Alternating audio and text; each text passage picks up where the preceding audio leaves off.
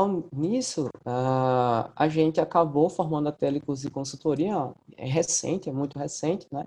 A gente tem alguns objetivos frente a essa empresa. A gente tinha um curso que a gente iria desenvolver nesse momento agora, mas devido à situação que a gente está vivendo, do Covid, né? Então, a gente, como todas as outras, né, instituições, a gente resolveu suspender, mas aí a gente queria trazer alguma contribuição para esse momento. Eu acho que é fundamental, nesse momento, a gente contribuir, ou conversar, chegar a determinados denominadores, né, para que a gente possa ter ações, né? Acho que isso é de extrema importância, né, nesse momento que a gente vive. E aí a gente, em conversa, nós resolvemos montar este momento aqui, convidando algumas pessoas para que a gente pudesse conversar. Algumas pessoas são pessoas chaves que, né, vão estar por aqui com a gente, e a gente abriu esse convite, então está aberto também nas redes sociais, então quem for entrando, né, quem for entrando aqui, pode ser pessoas que a gente convidou, como também pode ser pessoas que são curiosas e também está aberto a esse ponto de discussão, tá bom? Então, eu coloquei alguns pontos, né, eu queria compartilhar aqui com vocês, né, que a gente colocou com relação a como é que tá esses nossos processos de trabalho hoje, dentro da área hospitalar, né, e aí vai envolver a questão do faturamento, a questão da controladoria dentro dessas unidades, a questão dos nossos processos de trabalho. Então, como é que a gente está fazendo isso? Qual é o impacto desse momento que a gente está vivendo hoje nessa área? Né? Isso que a gente estava discutindo, que a gente está vendo muito uma preocupação, e eu concordo, uma preocupação com os profissionais que são da área da frente mesmo, né? E aí a gente está em voga muitos profissionais que estão no pronto-socorro, da terapia intensiva, mas aí a gente ficou pensando, e o impacto desse momento agora dentro das nossas atividades. Nós, enquanto auditores dessa área, alguns são auditores internos, outros são auditores de planos de saúde mesmo, outros são auditores de prestadores, alguns trabalham com faturamento, outros trabalham com controladoria, alguns trabalham dentro da parte da recepção, né? Então, qual é o impacto disso nessa situação de hoje? E com certeza tem algum tipo de impacto. Primeiro, pelo medo que a gente tem no momento, não é uma coisa muito nova, pelo menos em tese é uma coisa muito nova, né? A SARS-CoV-2. Então, esse panorama mundial, ele trouxe essa, essa condição para a gente. Então, como é que a gente vai trabalhar? Qual o impacto disso nos nossos processos de trabalho hoje? E isso envolve, né, se a gente for pensar, isso envolve aquelas pessoas que trabalham diretamente com o material. Eu vou colocar um exemplo bem claro, que a gente pensou em discutir isso. Por exemplo, quem aqui só trabalha com prontuário eletrônico, que não tem prontuário físico? Levanta a mão. Todo mundo aqui tem prontuário físico, todo mundo aqui tem prontuário físico, né? E aí, quando a gente coloca nas nossas, né? Quando a gente coloca pra gente aqui, quem é que manuseia esse prontuário físico? Esse prontuário físico, ele passa por onde e chega pra gente como? Né? E a gente ficou pensando, como é que é isso? Porque a gente já vê diversas publicações, está começando a surgir algumas publicações com relação ao Covid, né? O Covid-19.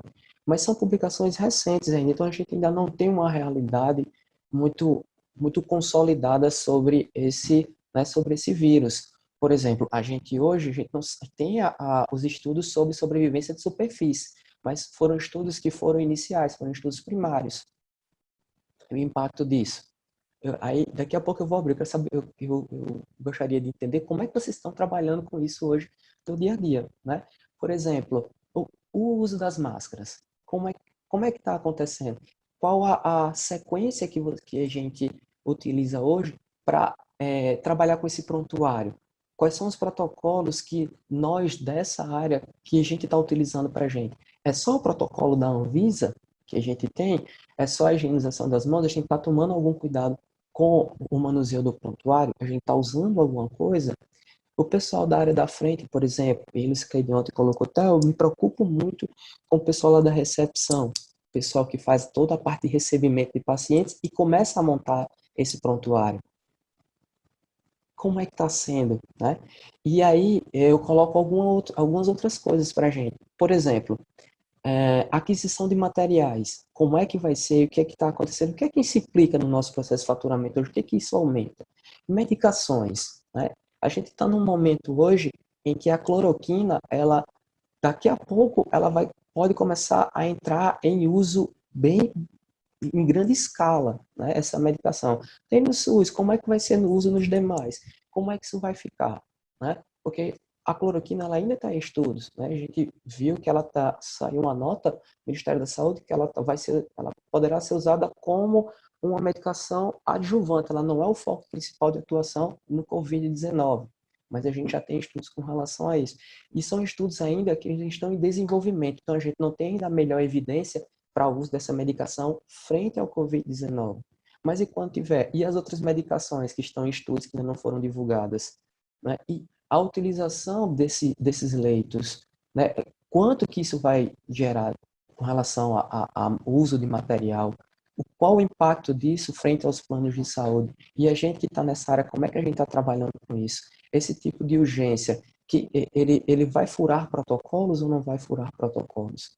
Né? Então, acho que essa discussão que a gente resolveu trazer para cá é muito além do que a necessidade da higienização das mãos, que a gente sabe que precisa ter, né, quando a gente está falando de uso de material. É muito mais para além disso, mas para coisas que impactam frente ao nosso processo de trabalho, né, dentro das nossas instituições.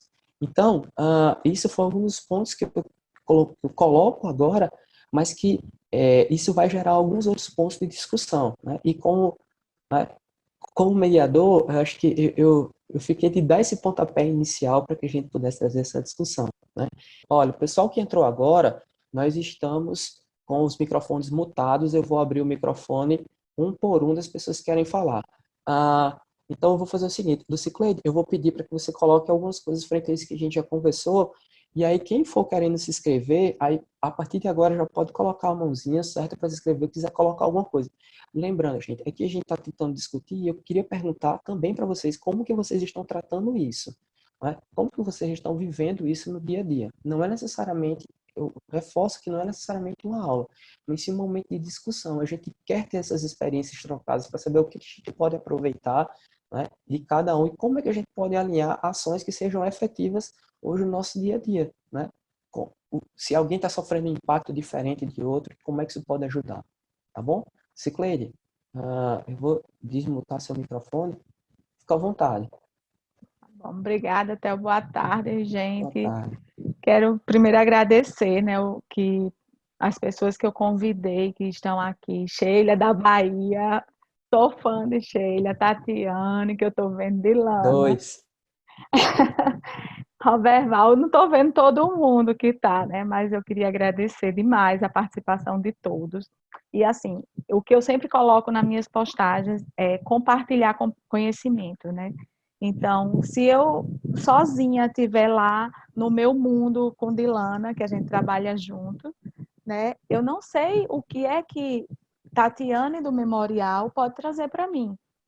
E eu posso levar também para Tatiane, de qualquer outro hospital, Sheila lá na Bahia. Então, é esse mundo que a gente pensou em compartilhar esse conhecimento mesmo.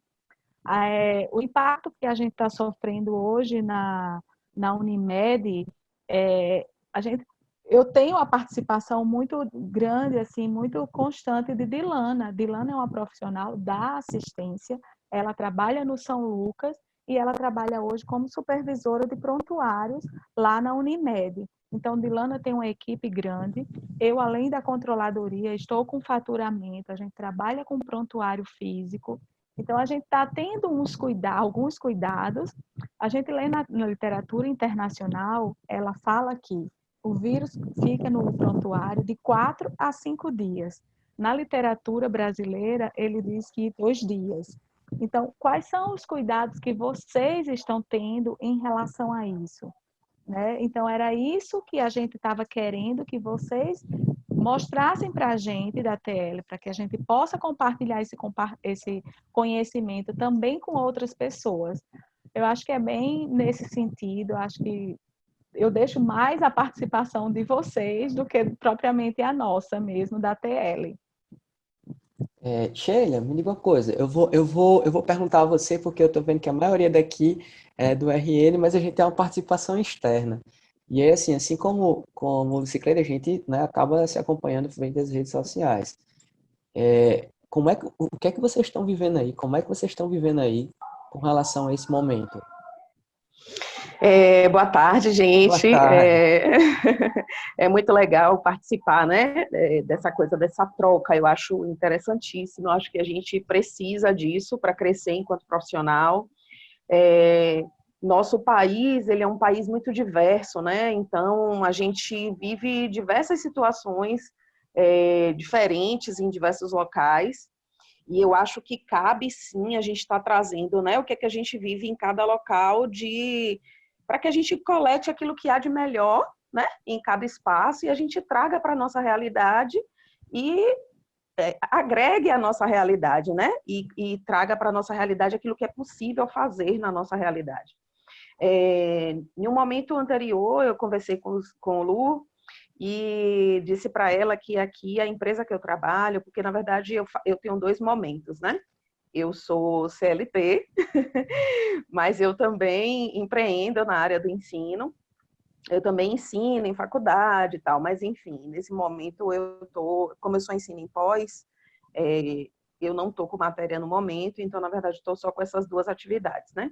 Na empresa em que eu trabalho é uma operadora, né? E ela afastou a maioria dos funcionários, e estão todos em home office, e a gente está ainda meio que tateando esse momento, né? Temos tido algumas dificuldades, porque nossa auditoria sempre foi uma auditoria de prontuário, né? A gente auditava contas com os prontuários em mãos. É bem verdade que a maioria dos nossos prestadores, aos quais a gente faz a auditoria, eles têm prontuário eletrônico, tá? Mas ainda existem alguns com prontuário físico, e isso foi um temor, né, da operadora, e, na verdade, como a operadora ela tem uma base maior, Rio-São Paulo, né, lá no Rio e de São Paulo, como a Covid chegou com toda a força, tá bem maior do que aqui na Bahia, eles tomaram as decisões baseado no que já está acontecendo por lá, né? Então, tiveram alguns funcionários que tinham suspeitas e foram afastados, e isso foi crescendo muito. Então, a operadora tomou por decisão afastar todos os funcionários. Então, pela operadora, estamos todos em home office. Na área do ensino, né, a gente tem tentado, como a gente está fazendo aqui agora, fazer teleaulas, né, por vídeo, tentando fazer os encontros em lives, tentando fazer encontro no Zoom, nos aplicativos todos que a gente tem por aí, que nos dá esse suporte, essa facilidade, né? Então, a gente está aqui nesse momento. Agora, eu também tenho conhecimento de que alguns prestadores aqui, eu acho que a situação do prestador é uma situação mais complicada do que da operadora, né? O prestador está lá produzindo o material, né? E a gente, enquanto profissional de saúde, a gente tem que olhar para esse material como um material contaminado, né? Para que a gente possa tomar as melhores atitudes, né? Então, a gente olha para esse material como um material contaminado e como a gente aborda esse material? Como eu pego num prontuário? Eu acho que a gente tem que tomar o máximo de precaução. Se a gente tem literatura de 2 a 4 dias ou de 2 a 5 dias, a gente afastar ao máximo o quinto dia, se vier em literatura o quinto dia, e passar a trabalhar com isso só após esse momento de segurança, né? Estamos falando de pessoas e não só isso, né? O que a gente está tentando é produzir para que a gente não pare o país inteiro, né? A gente precisa do financeiro trabalhando junto, né? Já diziam algumas pessoas, né? Não preciso citar nomes que todo mundo tem acompanhado nas notícias. Se não formos atacados pelo vírus, seremos atacados pela fome, né? A gente sabe que o nosso país é um país realmente de população bem baixamente atendida no setor financeiro, e a gente precisa estar produzindo para que a gente movimente a economia e continue existindo e sobrevivendo. Então, eu acho que cabe para a gente, profissional de saúde, tomar esses cuidados máximos e fazer a abordagem do prontuário, possivelmente com luva, se for possível, mexer em um único prontuário. Se for para 2, 3, 4 prontuários, tentar ir visualizando junto ao setor de CCIH do hospital, que eu acho que é um suporte legal para a gente. tentar buscar ao máximo, né, os companheiros que a gente tem no próprio prestador, no próprio trabalho, e ir trazendo essas contribuições. Eu acho que é super válido. Lucicleide, alguém aqui quer colocar alguma experiência um pouco diferente do que Sheila colocou? Eu pergunto isso porque assim, eu acho que Sheila, eu acho que deve ter acontecido isso lá. Eu não sei se Lucicleide também deve corroborar com isso. O que que a gente tem hoje de geral com relação a essas ações que a gente precisa ter, né, na Vamos produção? escutar a experiência de Tati, que está no Cadê ela? memorial, e Tá aqui? Vamos lá, também. Tati. Deixa eu abrir aqui seu microfone. Boa tarde, pessoal. Boa Me chamo tarde. Tá. Tatiane, sou do Hospital Memorial São Francisco. Tá. Então, na realidade, lá no hospital, nós estamos colocando algumas pessoas realmente em regime de home office e estamos adotando o uso das luvas para manipulação do prontuário. Não é nada muito diferente do que a colega colocou. Além disso, nós aumentamos o número de dispensadores de álcool em gel pelo hospital inteiro e estamos fornecendo o álcool em gel para os funcionários. Eles levam o frasco e nós abastecemos individualmente. Então, Lá à vocês medida que trabalham com prontuário eletrônico, Tati? prontuário eletrônico, mas nós ainda temos o físico por causa das operadoras, porque é muito mais fácil para auditar, então eles ainda não aderiram à questão do prontuário somente eletrônico, né? Uhum. É isso, cada pessoa tem na sua bancadinha o álcool em gel, e aí, quando vai de um prontuário para outro, retira a luva, passa o álcool, e é o que a gente está fazendo, está adotando de medida. Deixa eu perguntar uma coisa. Com relação às superfícies, a gente está entrando nessa parte bem técnica de higienização, mas daqui a pouco a gente entra para o faturar mesmo. Mas assim, com relação às superfícies, e aí já que a gente trabalha com material físico e tudo, quem está lá ainda está utilizando também a questão da higienização de superfícies, porque ficou muito evidente que a gente ainda está trabalhando com muito prontuário. O prontuário a gente põe em cima da mesa, põe para outro lugar, move ele para um lado para o outro, né? E assim, existe essa questão da higienização de superfície? Chegou alguma coisa? O pessoal está se atentando com relação a higienizar a superfície? Porque eu chego, peguei meu prontuário, coloquei aqui, terminei, coloquei do outro lado, tirei as luvas e tudo. E aí depois eu tô pensando em fazer essa higienização dessas superfícies. Então, isso também está fazendo parte do protocolo de manuseio de prontuários da gente, porque a gente tem um protocolo de receber o prontuário e começar a trabalhar nele. Aí agora a gente adiciona, põe os nossos EPIs, é como se a gente fosse, a gente tá manuseando o prontuário como se o prontuário fosse a pessoa, né? Pela primeira vez, acho que a gente está vendo o prontuário como uma pessoa, né? Então, a gente põe as luvas, alguns de vocês acredito que estão usando máscaras também para o manuseio, que é outra questão de discussão, né? Mas estamos utilizando máscara, bota a luva, bota a máscara, pega aquele material e a gente está manuseando. E aí depois a gente está higienizando a superfície. Será que esse protocolo entrou no nosso dia a dia? É uma pergunta que eu estou fazendo. E tipo assim, na experiência de vocês aqui, vocês estão fazendo esse tipo de higienização de superfície? Abra o microfone de Dilana, que ela vai Dilana? falar sobre Vamos lá, isso, que Dilana. a gente está tomando todos esses cuidados lá. Oi, boa tarde, eu sou Dilana. Vamos lá, Eu sou Dilana. supervisora de auditoria de prontuários lá do Hospital da Unimed. Nós estamos tendo bastante cuidado com isso. A gente orientou aos secretários de posto, porque o nosso prontuário físico, a gente tem o eletrônico e tem o físico, e quando a gente recebe o físico é por malote.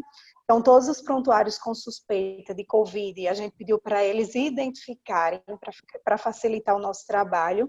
Os profissionais estão usando luva, tem álcool gel na bancada deles, e eles também manipulam esse prontuário de máscara. A gente está tendo bastante cuidado com isso.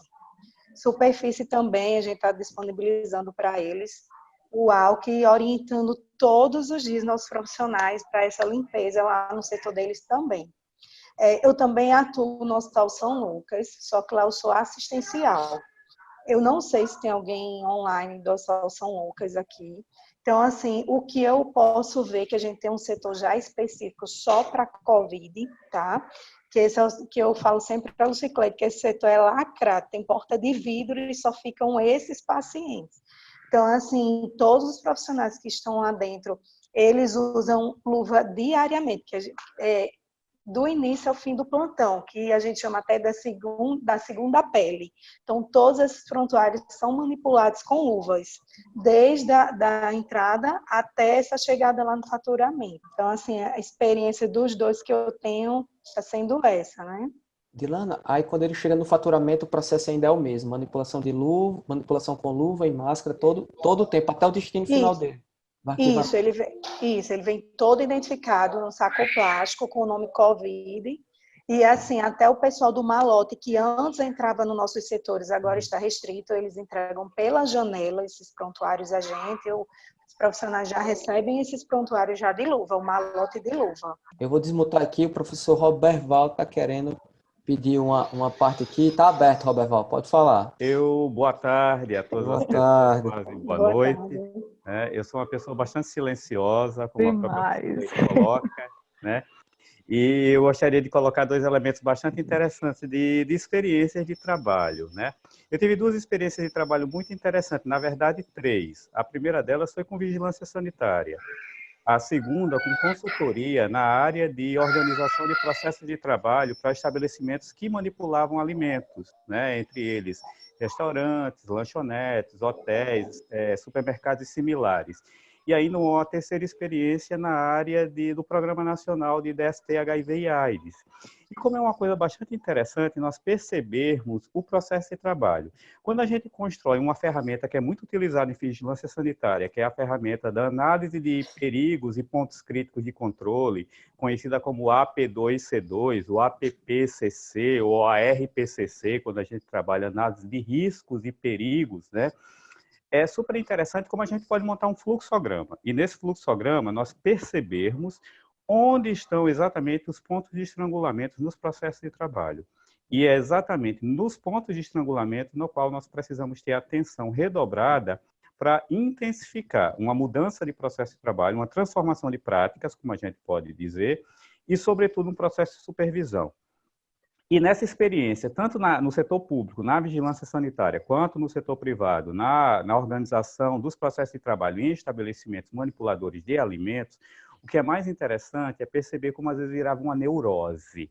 As pessoas tinham uma neurose muito grande em luva. A luva servia mais para proteger a mão do que para qualquer outra finalidade. Então, como não havia um uso habitual de luvas para a manipulação, quando nós chegarmos, enquanto consultores nessas empresas, nós observávamos que o uso da luva, ele servia para manipular o alimento, para fazer higienização e para fazer qualquer outra atividade dentro do estabelecimento, sem qualquer cuidado entre um processo e outro. Então, aquilo para a gente preocupava, porque havia todo um protocolo dizendo assim, use a luva para fazer isso, mas o interstício entre eu mudar de um processo, sair de uma atividade para uma outra atividade, aquilo não era bem orientado e não havia uma supervisão muito bem orientada nesse sentido. Do ponto de vista de uma outra experiência, que seria o Programa Nacional de Combate, Controle e Prevenção às DSTs, o HIV/AIDS, algo muito chocoso, às vezes, é quando as pessoas procuravam um serviço de saúde e diziam assim,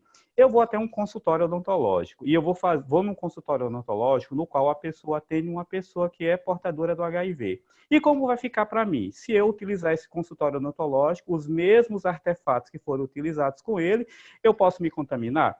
Aí vem a pergunta, e as regras de biossegurança que são universais? Como ocorre o cumprimento dessas normas e como isso é monitorado dentro das organizações. Então, é bastante plausível que hoje nós vemos uma situação contingencial em função do coronavírus, como pode ser para quaisquer outros agentes transmissores ou causadores de doença ou quaisquer outros agravos. Porém, é preciso que nós nos organizemos, sobretudo num processo de educação permanente que passa exatamente por uma reorientação dos processos, uma mudança de práticas, mas, sobretudo, por um processo de acompanhamento, de supervisão, de tutoria, né? E uma verdadeira seria um processo onde a gente pudesse fazer um acompanhamento muito mais frequente, muito mais contínuo, para evitar, inclusive, essa neurose. E no meio dessa neurose, a gente acabar cometendo mais desacerto do que necessariamente atitudes corretas. Legal. E aí, Roberval, e quem você acha que poderia fazer esse acompanhamento ajudando o pessoal lá dentro do hospital, já que a gente tem a área de frente, né? Mas aí a gente tem o pessoal que está nessa, né, na parte administrativa que a gente vem conversando aqui, né? Então, na sua experiência, eu sei que você teve experiência desde a cólera, né? Isso. Até aqui. Ele teve experiência desde a cólera, trabalhou É com a porque ele é cólera. novinho. Não foi a de 1850, eu quero deixar claro isso, certo? Mas aí, nesse caso, você acha que esse acompanhamento é somente institucional ou outras instituições maiores devem estar trabalhando nesse Olha, tipo de algo acompanhamento? muito interessante durante o período da epidemia de cólera, aqui no ano de 1991, e é bastante interessante colocar isso aqui, lembrar que a epidemia de cólera ela durou de uma forma mais, vamos dizer assim, intensa no nosso país entre 1991 e 1996. Então, é preciso colocar. Nós tivemos 5 anos, na verdade, de pandemia de cólera. Às vezes a gente diz assim, não, 91 foi o ano da cólera. Não, ela chegou em 91 e ela permaneceu até 98, mais ou menos, com uma intensidade bastante, uma frequência muito grande no número de casos, porém ela teve uma diminuição logo após. Eu não quero nem tentar fazer estimativas com relação à Covid-19, como isso poderia acontecer conosco, e não ser apenas o ano de 2020, mas nós estamos vivendo, vamos dizer assim, o pico do aparecimento de um novo tipo de agente causador de doenças. E algo que foi super interessante foi o processo de construção de uma força-tarefa para que isso pudesse, para que as medidas de prevenção e controle pudessem acontecer. Nós tivemos uma confluência entre vigilância sanitária. Então, os técnicos de vigilância sanitária eram qualificados para fazer um acompanhamento muito mais, menos aquela vigilância que a gente chama piso, parede e teto, mas uma vigilância sanitária que fosse um caráter pedagógico e orientativo em relação à transformação dos processos de trabalho nas organizações. E pela primeira vez, acredito que eu vi o que a gente chama hoje de vigilância em saúde, né? Ou vigilância da saúde, como alguns teóricos, como Carmen Fontes Teixeira, Jair Nilson Paim, Ana Vilas Boas, ela fala que é a conjunção da área da proteção com a área da promoção da saúde, seria as ações da vigilância da saúde. Então, nós tivemos uma confluência das ações da vigilância epidemiológica com a vigilância sanitária. Então, nós trabalhávamos muito com o que hoje nós chamamos de educação permanente. Então, a educação permanente era aquele processo no qual nós íamos até as organizações, não de uma forma fiscalizatória, não de uma forma de ter um agendamento de calendário de inspeções sanitárias, mas aquilo ali era exatamente um cronograma no qual era feito um processo de instrução, de orientação para a força de trabalho, de como agir diante daquele momento de contingência. E algo que era muito interessante também era como essas organizações elas se abriam para isso, elas ofereciam os espaços, né, os seus espaços organizacionais para que pudesse acontecer esse tipo de mudança. Então, era um processo, na verdade, de dialogia. E algo que eu recordo de muito interessante naquela época era até o que a gente chamava de overdose de informação. Então, a gente chegava com tanta informação que, às vezes, até mesmo desnorteava as pessoas. Mas eu acredito que é fundamental, numa hora dessa, a gente procurar quais são as forças que nós temos, tipo uma análise SWOT. Quais são as nossas forças e quais são as nossas oportunidades no ambiente interno, no ambiente externo, e tentar procurar fazer exatamente esse link. Então, vigilância sanitária, vigilância epidemiológica, as comissões internas de controle de infecção, ainda as CIPAs. Então, a gente procurar essas potencialidades que nós temos dentro das organizações e tentar fazer exatamente um processo no qual nós sejamos mais ofensivos e menos defensivos e começarmos a mudar um pouco do comportamento organizacional nesse sentido de uma prática mais organizada. Educando, né, orientando, comunicando. Então, comunicação é mais do que informação. Então, isso é uma questão que tem que ser colocada aqui. Às vezes, a gente dá uma enxurrada de informação que desnorteia até o cognitivo das pessoas. É preciso comunicar, é preciso diálogo. E esse diálogo passa por uma emissão e recepção. É preciso ouvir também as pessoas sobre quais são as suas insatisfações. Então, a gente está precisando fazer exatamente esse exercício da dialogia e, sobretudo, encontrar onde estão as nossas fortalezas, onde estão as nossas oportunidades dentro das organizações. Obrigado, Val. A Andréia está querendo falar. Andréia, eu acabei de desmutar o seu microfone, pode falar. Eu sou enfermeira, já passei pelo auditoria lá na UNED, e hoje sou supervisora das unidades de nutrição. Tenho sobre 30 técnicos, mais ou menos 30 enfermeiros. O meu setor tem o setor Covid-19 hoje. A nossa estrutura física do hospital não ajuda, porque não é um setor fechado fisicamente. Mas temos alguns desafios em relação a isso, porque tenho lido bastante e até é verdadeiro, né? O ser humano precisa passar pela guerra para aprender a atirar. E muita coisa que a gente ainda não fazia, não havia prestado atenção em relação a algumas coisas que a gente faz no dia a dia, que já é comum. Falta mesmo educação continuada, falta conscientização de todas as partes. E nesse momento, como foi um processo rápido, em menos de um mês a gente teve que se adaptar a coisas que nós não esperávamos, né? Assustou os profissionais demais. Então, a gente teve que lidar com situações psicossomais, né? Não foi somente uma questão técnica. E hoje, em relação ao prontuário, nós definimos um setor onde a gente coloca os suspeitos. Temos apenas um caso confirmado e ele já nem está mais no hospital, já foi para casa, está tudo bem. E os demais são suspeitos. A gente está tentando tratar todos os pacientes do HU como suspeito. Apesar de ele não ter sintoma respiratório, ele pode ser um assintomático e está transmitindo. Então, os cuidados são os mesmos, apesar de que os EPIs é que mudam. Então, a orientação em relação ao prontuário nesse setor como nós temos o eletrônico e temos o físico, a gente pede para que façam tudo no eletrônico, né, durante o seu plantão, somente no final, assina, carimba e guarda. Não ficar consultando o prontuário físico, e sim o prontuário eletrônico. O secretário de posto, né, que fica sob vigilância da Dilana, a gente todos os treinamentos que faz com eles também, lá dentro do HU. A gente pede para ninguém ficar entrando e saindo daquele setor, somente quem está atendendo pouso no local, toma banho lá, come lá, faz tudo lá para não ficar andando dentro do hospital. A gente até pensou em, de repente, tirar o prontuário físico, mas nós não temos ainda a certificação eletrônica. Tá para sair, ia sair inclusive agora em março, mas travou esse processo por conta das outras coisas do corona. E a gente intensificou a higienização das mãos, uso de EPIs. Até a gente teve um aumento absurdo a gente, pelo uso comum, em uma semana consumir 2.500 máscaras a mais do que a gente consumia antes, só no meu setor, né? Então, a gente começou a racionalizar, faz kitzinhos para os profissionais, entrega no início do plantão e ele tem que cuidar daquele kitzinho dele. Senão a gente não vai conseguir, tanto que as compras estão muito difíceis, né, e tudo mais. A higiene de superfície a gente está fazendo com produto, a cada 3 horas, essa é a orientação para os profissionais. Então, bancada, teclado, mouse, telefone, tela de computador, tudo é feito a cada 3 horas com um produto chamado Surfic, que é como se fosse o SurfaSafe também, é um produto muito bom.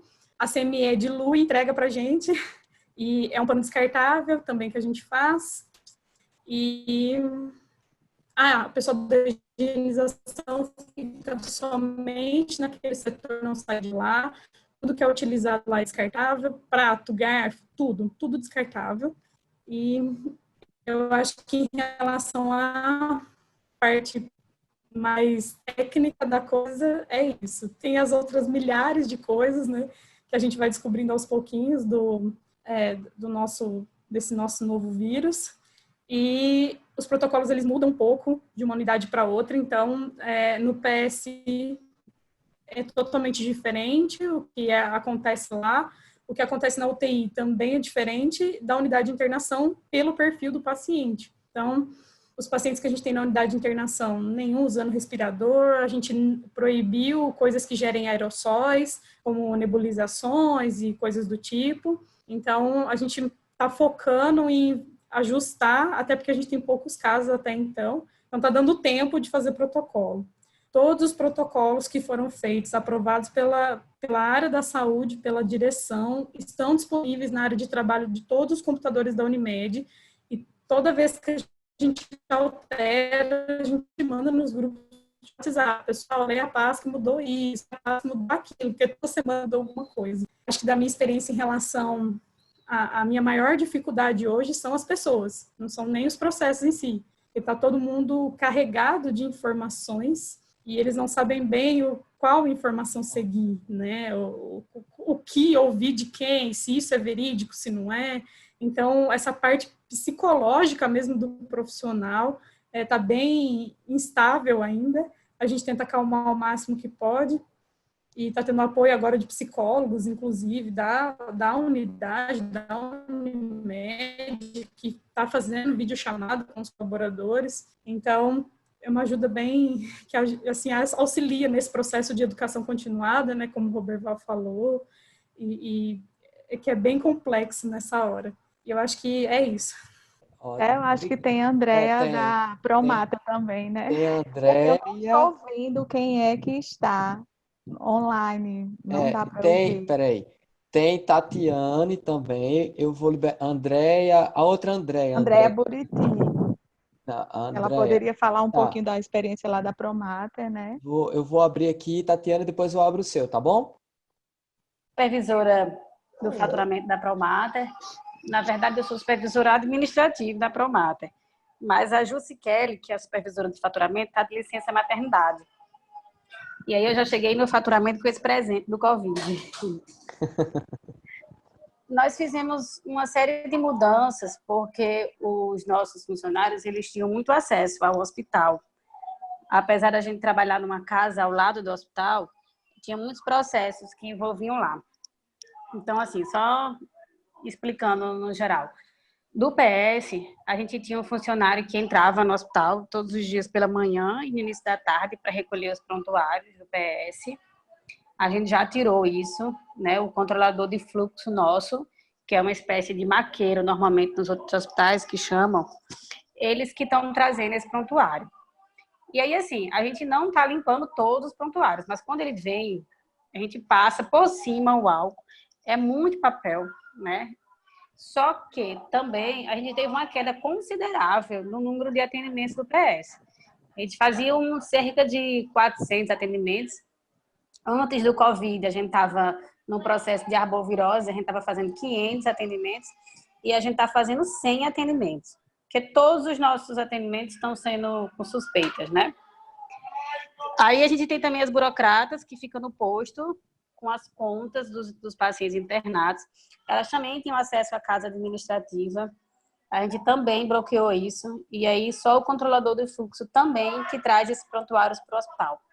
Aí esses, sim, a gente tem um cuidado maior, porque praticamente todos são suspeitas, né? Então a gente passa o álcool nas contas. Os funcionários estão trabalhando com luva. Também compramos aqueles rolos de papel filme. A gente passa no teclado, todo mundo cobra o teclado de manhã e no final da tarde a gente tira. Outra coisa que tem 2 semanas que nós fizemos, estamos trabalhando em escala de revezamento. Nós somos 20 numa sala só, daí não dava para trabalhar com todo mundo. Então a gente fez agora uma turma A, turma B, e a gente está trabalhando dia sim, dia não. Para todo mundo, né, para diminuir a quantidade de gente na sala e até para eles também não terem que sair de casa todos os dias, porque estava havendo muita reclamação de ônibus, essas coisas. Também foi estipulado pelo EHS que todos os colaboradores com sintomas de gripe deverão ser afastados. Então, lá no faturamento, nós tínhamos 3. Teve sintoma de gripe, ele passa pela médica do trabalho e se afasta 7 dias. Dos 3 que estão afastados, 1 fez o teste do Covid, porque não temos kit para todo mundo, né? E aí ela só pode retornar quando o resultado dela sair. Estava até para sair hoje, não sei se saiu. E os outros que não fizeram o teste, eles também têm que passar pela médica para ela ver se evoluiu ou não. Mas assim, teve sintoma de gripe, a gente já está afastando. E aquela mesma coisa que todo mundo está fazendo, né? Álcool em gel, máscara. É uma situação bem difícil, porque o pessoal fica muito assustado. Eu, particularmente, assim, não tenho medo, mas, assim, por ironia do destino, meu filho é um suspeito de Covid. É por isso que eu entrei um pouco atrasada também na reunião, porque eu estava também com ele na urgência, mas não tem teste para todo mundo. Então, assim, nós somos muito vulneráveis. Eu, particularmente, entrei na UTI para pegar a solicitação na semana que teve esse estouro, e aí sem nenhuma preparação, sem nenhum EPI, né? Porque também a gente também está tendo dificuldades com EPI. Mas, assim, o home care, o home office, foi disponibilizado para a gente, porém não deu certo, porque faturamento trabalha com prontuário. Então, não tem como a gente disponibilizar o home office e as contas ir para casa do pessoal, porque acaba que os prontuários são contaminados. Então, eles iam levar o vírus para dentro da casa deles. Por isso que a gente fez essa adaptação para a escala dia sim, dia não. Muitos funcionários do hospital, do administrativo, estão de home office. Porém, o pessoal do faturamento, não. Pronto, Tatiane. Tatiane vai falar e depois eu pergunto se alguém quer. Janeide chegou, daqui a pouco a gente pede para a Janeide falar um pouquinho. Pronto, Tatiane. Oi, pessoal. Para quem entrou agora, eu sou Tatiane, gerente de operações de Hospital Memorial. E, na realidade, só corroborando um pouquinho com o que minhas colegas já comentaram, nós tivemos também uma diminuição na unidade de emergência, no número de atendimentos, como também tivemos uma queda de faturamento por causa da diminuição do número de cirurgias. E eu acho que essa é uma realidade de todos os hospitais aqui em Natal nesse momento. Nós estamos esperando que o número de pacientes com Covid aumente, como a expectativa, assim, na realidade, no país e no mundo. Mas, enquanto isso, acho que todos os faturamentos estão sofrendo um pouquinho com essa questão cirúrgica, né? E, assim, a gente sabe que como as pessoas não estão saindo de casa, acontecem menos acidentes, acabam adoecendo menos de todas as outras coisas. Então, a nossa realidade hoje, que é um hospital essencialmente cirúrgico, de retaguarda do Valfredo, porque nós não podemos deixar de atender essas urgências, mas praticamente sem demanda letiva. E aí, em relação aos protocolos, realmente eles são mutáveis. A cada dia que passa, a CCI nos orienta em relação a alguma coisa que saiu do Ministério da Saúde, ou em relação a alguma coisa que a CESAP orienta, a CECI. E aí nós vamos ajustando e adequando, mas acho que a nossa dificuldade maior é em relação aos prestadores. Como eles estão em outros hospitais e outras unidades assistenciais, acaba que eles não sabem muito o que seguir, qual fluxo seguir, qual protocolo seguir, o que usa de EPI. E aí nós damos a orientação para os nossos colaboradores de acordo com os nossos protocolos, e aí às vezes eles vêm e quebram aquela sequência que a gente já está conseguindo implementar. E a outra coisa que eu queria colocar para vocês é em relação, acho que vocês souberam, nós tivemos sim caso confirmado lá no hospital, inclusive internamentos no andar, na UTI não tivemos ainda, estamos com um caso suspeito, mas ainda não chegou o resultado do exame. E aí nós percebemos que a equipe sim fica alarmada. Por mais que nós tentemos trabalhar com serenidade, passar aquela tranquilidade necessária para que todo mundo vivencie esse momento, né, nós que estamos na gestão, mas nós percebemos que não tem como. No caso, quando eles precisam ter contato, eles ficam com aquela coisa aflorada mesmo, aquele medo natural, né? Não só por eles, mas como a colega falou, pela família, porque acaba que a gente não consegue isolar a família, a gente se expõe e acaba expondo os nossos, não tem como. Certo? Era isso. Obrigada. Tá, valeu. Janeide, você quer falar um pouquinho, não quer? Quer, eu tô sentindo que você quer falar. Desculpa aí, cheguei atrasada, tá? Mas a minha realidade não é diferente da de vocês, das pessoas que eu ouvi, Andréa, não é diferente. Lá no Hospital do Coração nós temos uma UTI, vocês estão me ouvindo? Uhum. Nós temos uma UTI, tá? Só para os pacientes do corona. E lá a gente tem uma divisão da área suja e área limpa. Então, os nossos prontuários, eles não são movimentados na área suja, é totalmente eletrônico nessa ala. E o pessoal que está na ala limpa não tem contato com o pessoal que está na assistência na ala suja, né? Assim como eles denominaram o nome, né? A ala contaminada, vamos falar assim. E, deixa eu me apresentar, desculpa aí, já fui logo falando do assunto, né? Eu sou enfermeira, sou responsável pelo setor de faturamento lá do hospital. E a realidade nossa também não é diferente da de vocês.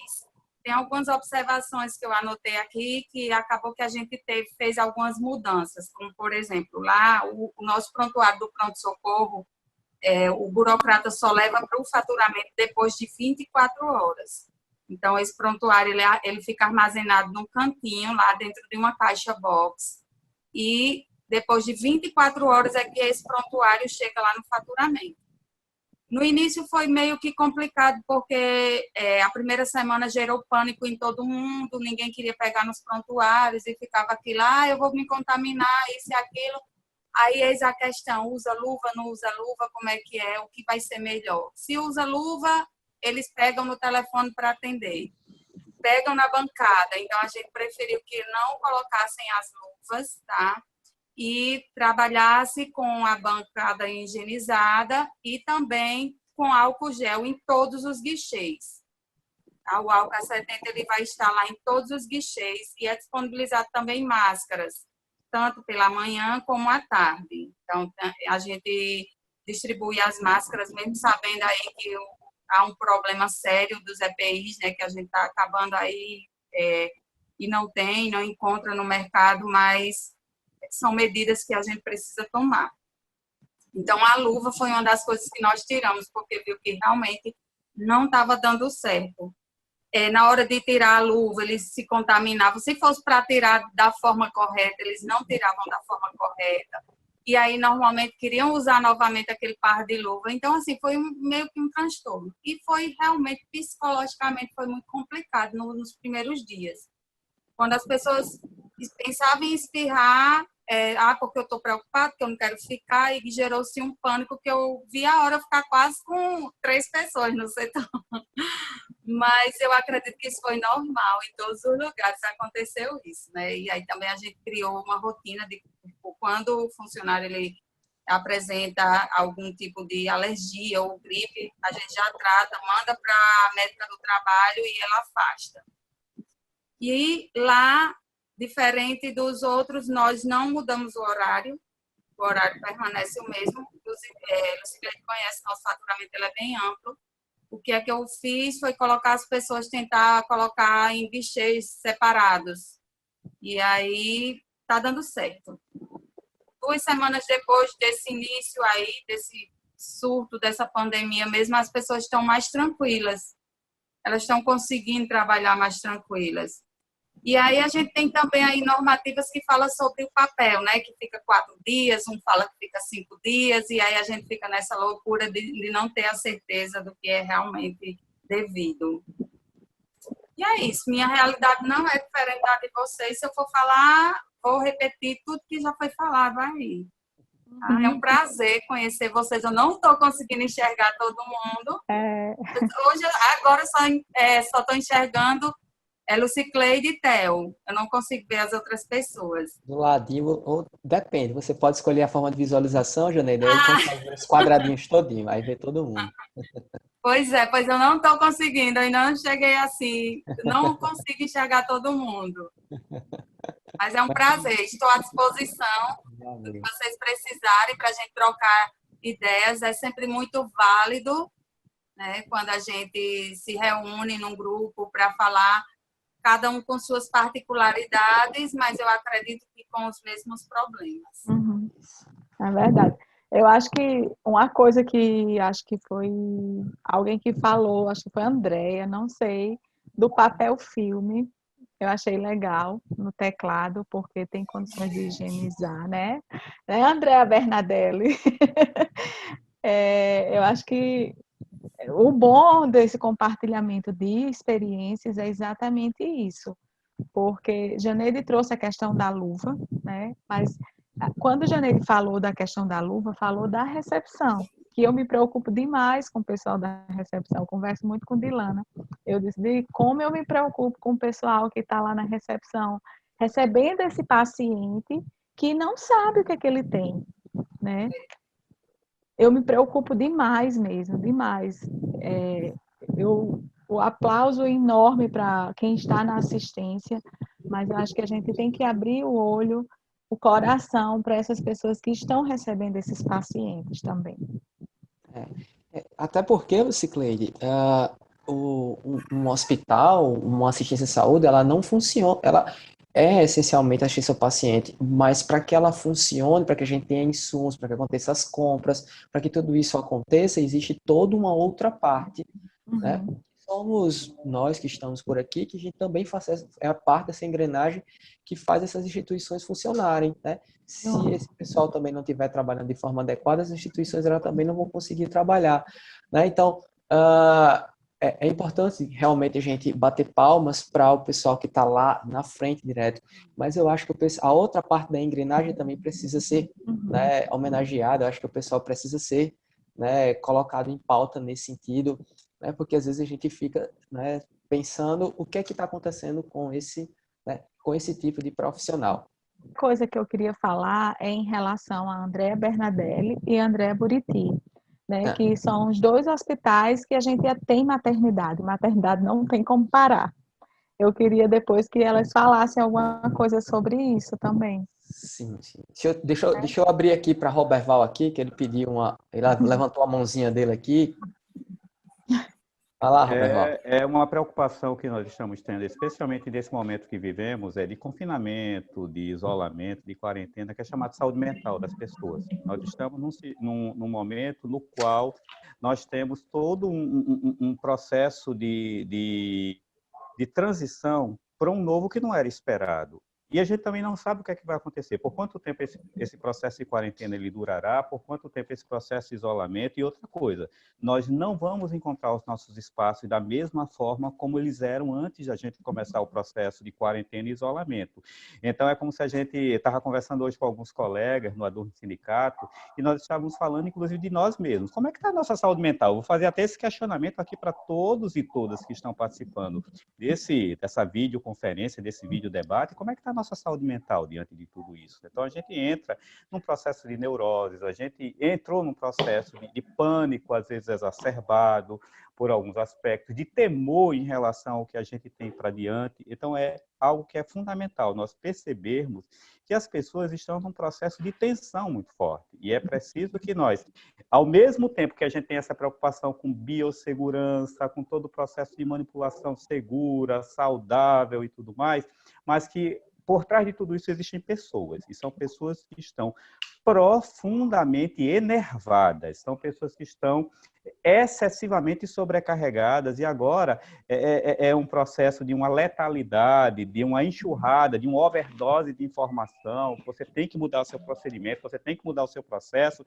mas que fundamentalmente ela exige de nós ser mais do que o que nós éramos. Então, nós não nos preparamos para isso que está acontecendo, e mais, não sabemos quando isso vai parar, como vai parar e como a gente vai encontrar os nossos espaços posteriores a isso. E mais, nós estamos numa curva ascendente não linear. É uma curva verdadeiramente exponencial. Nós não experimentamos ainda o número de casos, infelizmente, né? Não é?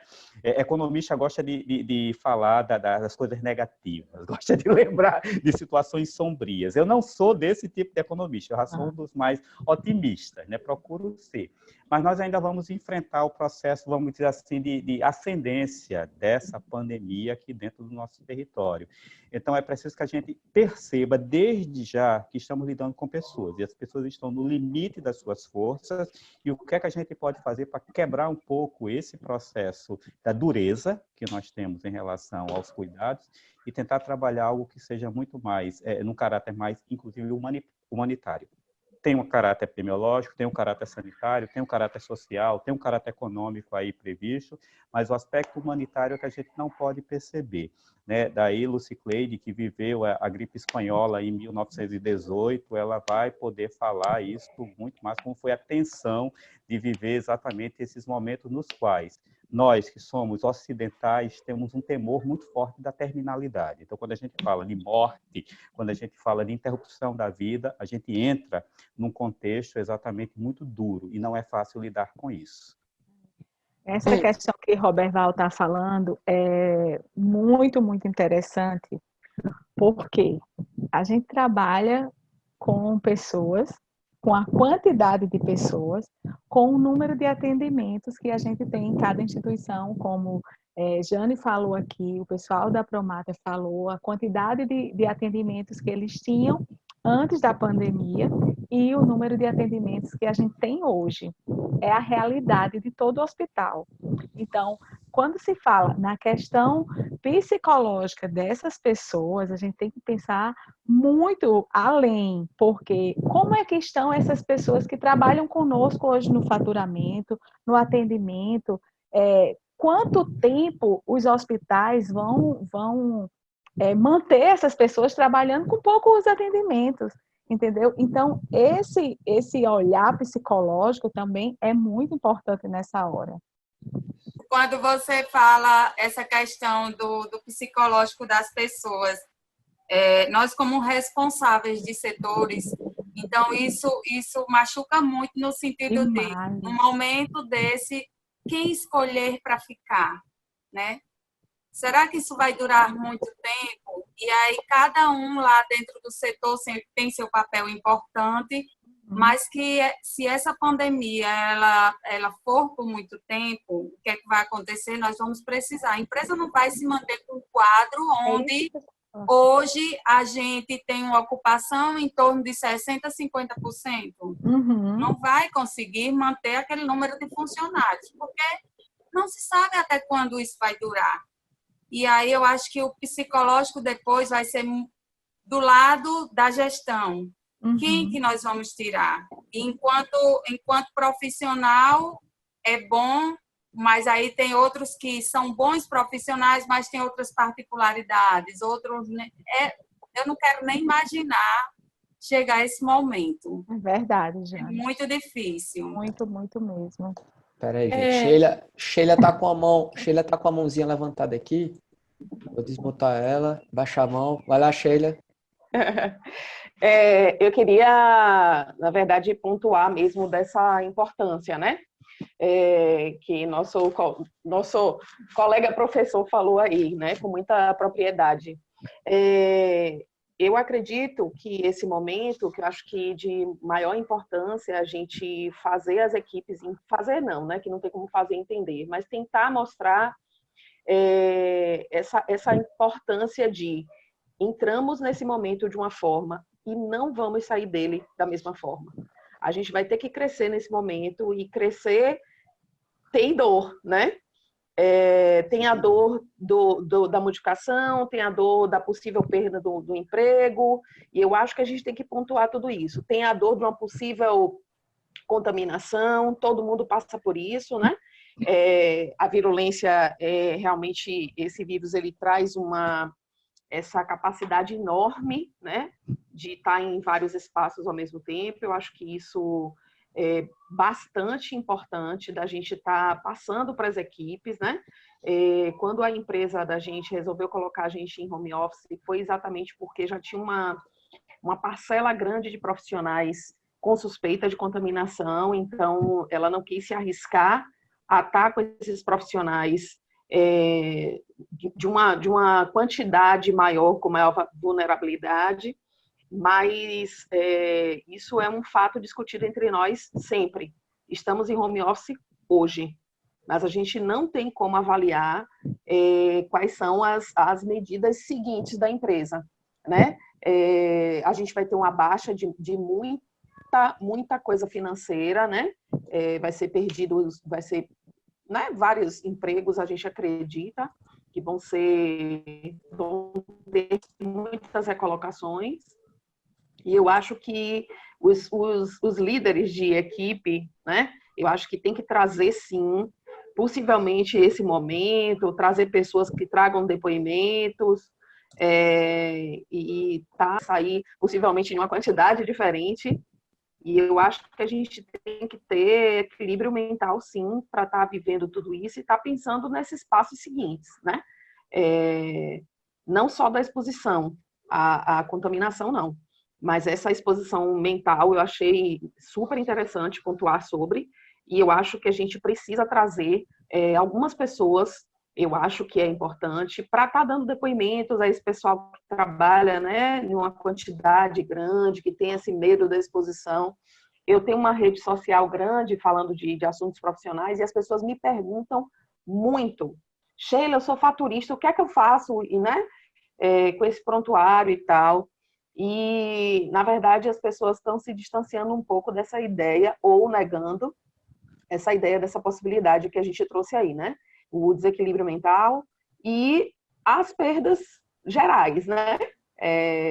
Tanto do emprego, quanto de posicionamento, tudo isso. Eu acho que vai ter uma reformulação grande e quem está à frente de equipes, eu acho que tem que trazer isso para suas equipes, não como pontos de temor, não, mas como pontos de possibilidade. Eu acho que isso é importante. Sim. Ótimo. Assim, eu tô impressionado assim com a discussão. Juro a vocês, assim, tá sendo ótimo assim o que a gente tinha proposto e para o que vem acontecendo. Eu anotei aqui, tem tipo 2 folhas assim, ó, anotada, mais uma do outro lado aqui que eu já comecei, de tanta coisa assim que já foi colocado interessante, né? Eu queria colocar aqui para vocês. A gente já vai com 1 hora já de discussão, né? Quando eu olhei aqui, eu disse, eita, 1 hora já, né? Então, assim, isso de discussão, ninguém preparou material, ninguém expôs, ninguém trouxe conteúdo, nada, foi apenas uma discussão com experiências que a gente, né, tem aqui do nosso dia a dia, coisas que a gente precisa colocar, que eu acredito que tem contribuído um pedacinho para cada um aqui, né? Então, por exemplo, algumas experiências aqui, elas trouxeram o home office, foram para todas? Não. Para algumas funcionam, para outras não. Mas além do home office, houveram experiências de revezamento, né? Então, são adaptações que vêm acontecendo de acordo com a realidade de cada um e de acordo com a evolução do que a gente vai tendo do quadro hoje com relação ao Covid, né? Então, dá para fazer trabalho home office? É possível. Em todas as realidades? Não. Eu faço trabalho presencial? Faço sim, mas o que é que eu preciso fazer com esse trabalho presencial? E aí a gente tem algumas alternativas para cada local. Eu uso luva, trabalho em guichês separados, divido a equipe, né, para que isso possa... Até porque a gente pode pensar, o volume de trabalho hoje, acho que isso é uma realidade de todo mundo, né? Eu acredito que isso também é uma realidade lá eu estou falando da gente aqui, mas eu acredito que o Sheila deve corroborar com relação a isso, né, que é a diminuição de determinados atendimentos dentro das unidades hospitalares, né, e isso é um reflexo tão grande que, por exemplo, a gente pega o hospital de trauma da gente aqui e o hospital, historicamente, ele tem corredores superlotados. E de 1 hora para outra, cadê o povo? Cadê os corredores lotados? Os corredores diminuíram. E aí, até na entrevista, o nosso ministro, né, o Mandetta, ele colocou que dos impactos desse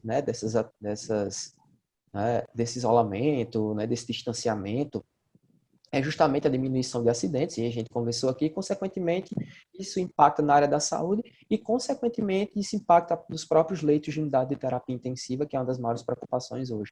Mas também isso, consequentemente, impacta, eu coloquei aqui, na parte do nosso faturamento, né? Por um lado, a gente vê que as pessoas estão, em outras questões de saúde, elas estão adoecendo menos, estão tendo um menor impacto com relação a traumas, enfim. Mas isso dentro das unidades hospitalares, e vai pegar cirurgias, entre outras coisas que acontecem, isso vem diminuindo. E esse faturamento diminuindo, consequentemente, uma empresa ela diminui o que ela recebe. E com isso, qual é o impacto disso nos profissionais lá na frente? Qual que vai ser o impacto disso? Né? Algumas pessoas já vêm sofrendo antecipadamente com relação a isso. Como é que vai ficar meu espaço? Como é que eu vou ficar? O que vai acontecer comigo? Né? E isso gera muitas vezes angústia. E a gente tem aí entra a necessidade de trabalhar a questão psicológica, é a ansiedade. Hoje a gente está vivendo outras formas de ansiedade. Há pouco tempo a gente está vivendo a ansiedade do trabalho exagerado. Agora a gente está vivendo a ansiedade do adoecer e de ficar sem trabalho. Né? Do adoecer e de ficar sem trabalho, do ócio. Né? Então, esses impactos são os impactos que estão acontecendo. E a gente vai precisar trabalhar isso paulatinamente, gradativamente. É tudo muito novo, é novo para a gente também vai, né, precisar aprender a trabalhar isso de forma nova. Né? Então, esse consumo ele vai afetar o nosso dia a dia, né? Na forma como a gente vai adquirir recursos para nossas instituições e até como isso vai afetar o nosso ambiente e as nossas posições de trabalho. Algumas pessoas vão precisar se reinventar, né? As instituições vão precisar se reinventar com relação a isso e infelizmente, a gente vai passar por um tipo de sofrimento. E que foi colocado, crescer dói, né?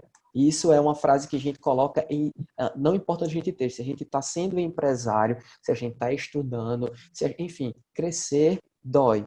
Sempre tem algum tipo de sofrimento, e acho que é o período que a gente está passando, né? Neste momento. É isso. Então, isso foi colocado aqui, e aí, uma das coisas interessantes é sempre procurar aliar a outras instituições ou a outros setores que possam trazer algum tipo de resultado para a gente. Por exemplo, esse momento que a gente está fazendo é uma forma de se ajudar, mas se eu quero trazer medidas efetivas no caso da proteção de quem está trabalhando, né, então, por que não lançar mão dos órgãos externos de vigilância, os órgãos da nossa própria instituição sempre estão lado a lado? Porque muitas vezes a gente trabalha na mesma instituição, mas a gente não se conversa. Fulano não conversa com cicrano, então por que não se aproximar nesse momento? Né? E aí foi colocado isso aqui. E a necessidade mais do que nunca neste momento, que é a questão da educação continuada. O quanto a gente sempre falava de educação continuada, e hoje ela parece que não é um negócio que a gente está falando, parece que é mandatório, né? É mandatório. A gente tem protocolos, os protocolos estão sendo adaptados, pelo que eu vi aqui, os protocolos eles estão sendo adaptados, a questão é que nós não conseguimos seguir a adaptação do protocolo, então talvez isso esteja trazendo dificuldade para a gente, né? E aí, mais uma vez, reforça a necessidade de estar do lado profissional, tentando fazer com que ele siga o máximo possível desses protocolos, né? Então, mesmo assim, a gente sabe que o consumo desse material, ele aumenta, e aí como trabalhar o aumento do consumo desse material, que às vezes esse aumento, ele é muito mais do que esperado, porque o profissional, ele às vezes não sabe utilizar de forma adequada, e aí como trabalhar isso? E algumas pessoas já colocaram aqui, entregar kits, né? Entregar kits de forma que esse profissional ele saiba utilizar, né, mais adequadamente e saiba consumir com mais prudência esse material, né? E aí, deixa eu ver o que mais que vinha aqui. Tem tanta coisa. A equipe alarmada, né? Isso ia acontecer, né? A equipe ia ficar alarmada com a chegada disso, né? Eu não sou tão antigo como o Robert Val, e o Robert Val disse Luciclede não sei o que estou dizendo, é Robert Val, né? Mas o período de H1N1, né? E aí, na época eu era da linha de frente mesmo, e isso causou muito temor para a gente, né? E a gente ainda está com a equipe um pouco inflamada. E aí, como cuidar dessa inflamação, né? Desse alarme dessas pessoas? Eu acredito não ter outra alternativa a não ser estar o mais próximo possível, filtrar a informação e tentar fazer com que as pessoas enxerguem a informação da forma mais paulatina e mais adequada possível. É uma coisa que eu tinha pedido para falar, que eu acho que a gente poderia dar a oportunidade das duas Andréas falar em relação à maternidade. Se tem alguma coisa, algo diferente que eles estejam fazendo em relação a isso.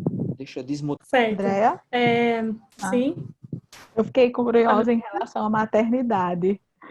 Você pode falar alguma coisa para a gente? Sim, com certeza. Só colocar uma coisa que eu acho que, de repente, as instituições poderiam adotar, que eu achei bem interessante lá no HU. A gente adotou um modelo de reunião Safety Handle, que a gente faz diariamente com todos os gestores. Isso tem trazido uma calmaria muito grande para o nosso coração. Então, em relação ao que o Roberval falou, né, na questão psicológica, os nossos gestores, né, o diretor do hospital e tudo, ele traz informações oficiais das mudanças diárias e acaba confortando mesmo o nosso coração, e diariamente a gente faz os 5 minutos da qualidade nos postos de enfermagem, com os maqueiros, com a recepção, então cada gestor faz com o seu. Então, nesses 5 minutos da qualidade, a gente bate um papo mesmo, para saber os anseios, para dizer as informações oficiais, porque é um diz que me diz, né? Então, para isso acabar a ansiedade do psicológico das pessoas, a gente faz essas reuniões oficiais diariamente. Inclusive, aos finais de semana, a gente está fazendo por vídeo, mas a gente faz, certo? Em relação à maternidade, é muito complexo, porque a gente tem pouquíssimos estudos sobre a relação da mãe infectada com o bebê, né? E aí a gente teve um caso de uma gestante suspeita de Covid, e ela estava muito dispineica, não estava aguentando ficar em oxigênio, sem o oxigênio suplementar, e aí teve que intervir, teve que tirar o bebê, né? Ela estava de 34 semanas, não era tão prematuro assim. Ela ficou no isolamento, né? Ficou bem, melhorou, mas tem toda a questão relação mãe-bebê, que foi muito complexo, né? e o bebê foi para anel, e aí eles não tiveram contato durante pelo menos 4 dias, né? E aí, assim, essa relação da UTI NEL com a mãe foi bem complexa, né? Com o pai também. E a gente adaptou, porque não tinha como, ela saiu agora da unidade de internação, e aí vai visitar o bebezinho, e a gente isolou o bebê, porque não se sabe como isso, né, no bebê, então o bebê está isolado para investigação futura, né? Quando as puérperas as gestantes chegam no hospital para serem atendidas, elas foram triadas de formas diferentes.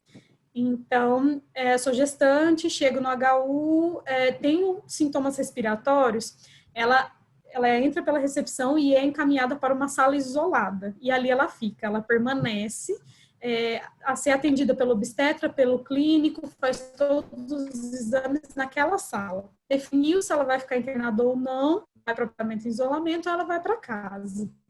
A gestante que nosso pronto-socorro obstétrico, ela vai por motivos obstétricos, e aí assim ela desce para o pronto-socorro obstétrico, senão ela fica isolada. Quando elas vão ter o bebê, a gente só está marcando mesmo as eletivas e as urgências, as cirurgias todas foram canceladas, e aí a gente está tratando dentro da sala cirúrgica como se fosse o isolamento de Covid, né? Porque a gente não sabe exatamente como, não está escrito, né? Tem gente que é assintomático, e aí acaba que é muito fluido dentro do centro cirúrgico, e aí a gente está usando todos os EPIs para isso. Na maternidade, se ela não tem problema respiratório nenhum, ela até fica numa enfermaria e fica com o bebê em alojamento conjunto. Pelo contrário, a gente isola. Agora, o medo é grande, são muitas dúvidas ainda, até para a gente, porque a gente não conhece os efeitos disso na amamentação, no bebê depois de algum tempo. Se for caso confirmado, como isso é em relação ao bebê, né? A gente está descobrindo agora. E aí esse bebê ainda está com a gente, né? E a gente vai, ao longo do tempo, ver como é que ele vai ficar. Bem, então, coloquei mais algumas coisas. Eu acho que a gente tem um resumo muito grande, né, disso aqui que a gente já vem falando, né, as ansiedades e quais as estratégias que cada um vem tomando. Eu acredito que isso tenha contribuído bastante, né, experiências gerais aqui entre cada um, e aí no momento que a gente for seguindo nossas atividades, de amanhã para depois, né, eu acho que vai surgindo mais algumas ideias, e a gente vai adaptando as experiências que a gente teve aqui. A pergunta que eu tenho é: alguém quer colocar ainda mais alguma coisa? Quer trazer mais algum ponto de discussão? Na verdade, né, eu gostaria exatamente era de louvar a iniciativa. Eu acredito que esse é um momento muito particular que nós estamos vivendo, é um refreamento muito grande. Acho que a gente está vivendo uma intensidade muito forte de ações, de sensações, de incertezas, né? Como estão sendo colocadas aqui, muitas incertezas. E também até mesmo uma enxurrada de live. Acho que todo dia eu tenho na minha agenda umas 3 lives para poder trabalhar. Home office, teletrabalho, qualquer que seja o nome que seja utilizado para tal iniciativa que nós estejamos desenvolvendo, mas eu acredito que a gente não pode perder isso, são laços. E, sobretudo, eu acredito que a gente está precisando muito, num momento como esse, um momento da solidariedade. E nós estamos percebendo como isso está acontecendo no mundo. Por exemplo, no âmbito da aquisição de equipamentos hospitalares, a gente está vendo uma corrida desenfreada para a compra de equipamentos, nos quais uma determinada nação passa adiante da outra, compra todos os equipamentos, em detrimento de deixar outra nação desassistida desse aspecto. Então, é um recurso de aprendizado, né? Que nós, até numa perspectiva bastante espiritualizada, nós estamos passando por um momento de aprendizado e de maturidade, inclusive num momento como esse. E se não tivermos essa possibilidade de sermos solidários, né? Da gente conseguir abrir o espaço para a escuta do outro, da outra, de perceber as suas dores, suas insuficiências, suas necessidades, a gente não vai evoluir. Então, é a perspectiva humanitária que é fundamental numa hora dessa. Eu estava rindo aqui da história, até denominei aquilo Cicleide, né, da história da gripe espanhola de 1918. Eu não conheci meus bisavós, eles morreram de gripe espanhola. Então, quer dizer, era uma doença respiratória de elevada letalidade e gravidade no momento há exatos 100 anos. Há 160 anos, nós tivemos epidemia de cólera, tivemos uma epidemia de febre amarela, até bem pouco tempo, 1904, tivemos outra epidemia de febre amarela. Eu me lembro na década de 70, né, Theo que me contava isso, que eu sou novo, né, então Theo me conta muito das epidemias da época, né, varíola em 1970, nós ainda tínhamos problema, até a erradicação dela nesse período, doenças como meningite, como sarampo nos anos 1990, e isso não para, e nem vai parar. Essa perspectiva evolutiva de mundo, ela vai fazer com que esses micro-organismos, esses seres que existem há milhões de anos, nós existimos há milhares e eles há milhões de anos, eles têm uma perspectiva de ressurgimento e de implicação na nossa vida com uma potência muito grande. A gente vai precisar abrir espaço para isso. E eu acredito que hoje nós temos muita capacidade de informar e menos de comunicar. Então, nós temos eu aprendi, neste período de quarentena, eu aprendi a utilizar 4 ferramentas de comunicação telemática. Aprendi o Zoom hoje, que eu nunca tinha utilizado. Muito obrigado pela experiência de usar o Zoom, né? A TL providenciou isso. Aprendi a usar o Google Hangout Meets, Hangout isso e outros aplicativos. Mas nós temos uma enxurrada de parafernálias, de equipamentos e de plataformas, mas o humano se comunica pouco. O diálogo entre humanos é pouco. Então, essa conversa, que foi uma conversa sem roteiro, né? Foi sem roteiro. Então, foi algo muito mais de escuta, de verdadeiro processo comunicacional. Emissão, cala, escuta, recepção de mensagens. Então, isso é louvável. Num momento como esse, a gente ter. Mais que a ferramenta, a gente tem qualidade no uso dessa ferramenta. Então, TL está de parabéns por conta disso. Obrigada. Valeu, Roberval.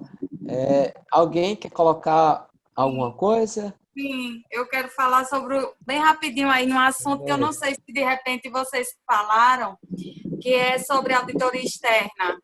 Que esse é outro gargalo que a gente vem enfrentando aí, as pessoas que têm vários convênios. A Unimed é legal porque é só um auditor que vai lá e acompanha o processo, mas eu acredito que as outras instituições, vocês falaram sobre a questão de auditoria. Sheila que falou, que Sheila é auditora externa, né, Sheila? Pronto. Então, Sheila, você vai entender o que eu estou falando. Hoje a gente está passando por fragilidade, são auditores que não querem ir até a instituição e que querem auditar através de XML, mas aí depois é que vamos ver quais serão essas consequências, né? Porque uma coisa é você ir lá auditar, vendo o prontuário, e depois você encaminhar um processo e eles vão pagar o quê? Vão pagar se não estão vendo. Então, isso vai gerar depois um certo transtorno, né, no sentido de como que você deixou de pagar isso se você não viu o prontuário? Como que você não foi lá no hospital e o hospital precisa apresentar a produção e não vai enviar porque o auditor simplesmente não quer ir até o setor?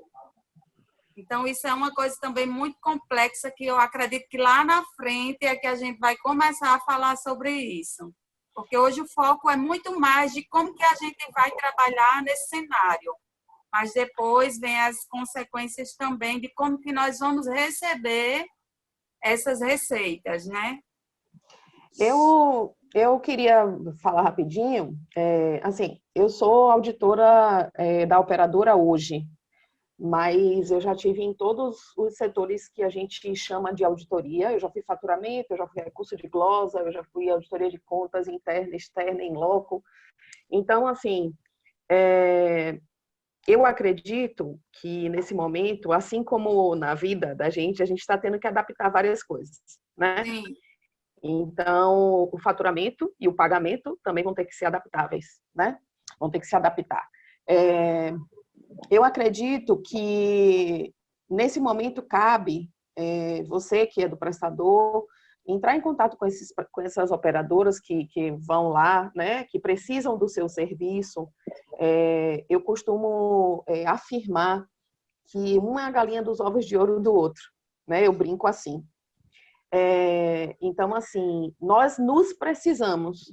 Eu preciso que o prestador faça o serviço para mim e o prestador precisa que eu pague para ele, né? Eu, enquanto operadora. Você já tem um histórico de todas as suas operadoras, né? A menos que você tenha alguma que tenha começado a você prestar serviço por agora. Mas se assim não for, você tem o histórico delas, né? Você fatura X e o nível de glosa é Y, eu acho que isso cabe você fazer esse levantamento de 3, 6 meses e pontuar para essa operadora, olha, você não está tendo auditor para mandar aqui, eu vou mandar meu faturamento, mas eu só... a palavra certa não é essa, mas eu vou utilizar aqui agora, né? E filtrem, por favor. Tá. E nós acataremos a sua glosa no montante parecido com tudo aquilo que a gente já tinha vivido antes, daquele histórico que a gente já tem. Eu acho que isso cabe no momento, eu acho que é interessante para o momento. Aquelas operadoras que tiverem dificuldade de enviar auditores para, né, fazer a auditoria dos seus prontuários, ou que não quiserem, eu acho que é facultativo, eu acho que é oportuno, cada um tem que saber o que é bom para si, mas dizer à operadora, no momento em que você estava aqui fazendo uma auditoria em loco, eu tinha um faturamento contigo de tanto e a sua média de glosa era essa, então mais do que isso não é cabível, né? A menos que você realmente mande o seu auditor para cá e ele comprove que nesse momento o nível de glosa é maior do que de toda a história que a gente já tem anteriormente. Eu acho que isso cabe. Eu não sei se Francis tinha conversado comigo essa semana sobre isso. Ela dizendo que estava trabalhando em home office há alguns dias, mas ela teria que voltar para a Unimed, que Francis trabalha lá na sede 1. Então, se ela tivesse, seria muito bom para ela poder falar da parte dela, né?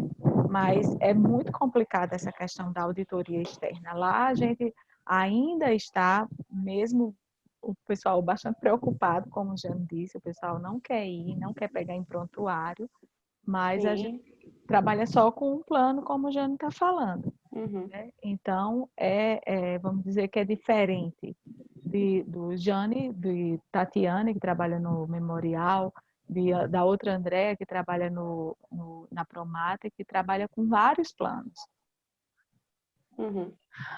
Eu acho que cabe, né, você colocar setor comercial com setor comercial e tentar fazer essa coisa, né, desse levantamento. Olha, o nosso histórico é esse, nosso faturamento é nesse nível, nossa glosa é nesse nível aqui, e eu acho que a gente pode manter isso. Se não tem como enviar os auditores, não tem como ter déficit para algum dos lados, né? Porque os lados têm que andar equilibrados. É o que principalmente nesse momento, né? Sim. Até porque nós ainda vamos ter aí uma longa trajetória, né, para trabalhar sem papel. O correto era a transmissão do TIS, né, a troca de informação, ela já ser pontuada lá, as glosas. E hoje em dia, cada vez mais vai diminuir, que é a questão de pacotes, né, que a gente tem, processos de pacotes, negociações. Mas, mesmo assim, diante desse cenário de pacotes, eu ainda não vejo o auditor muito seguro em auditar apenas pelo processo do TIS, né, da transmissão, da troca de informação. Eu ainda não vejo.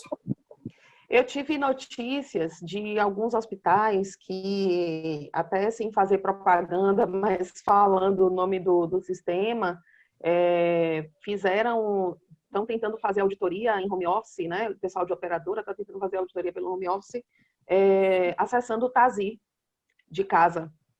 Então, tem alguns sistemas que têm essa possibilidade também.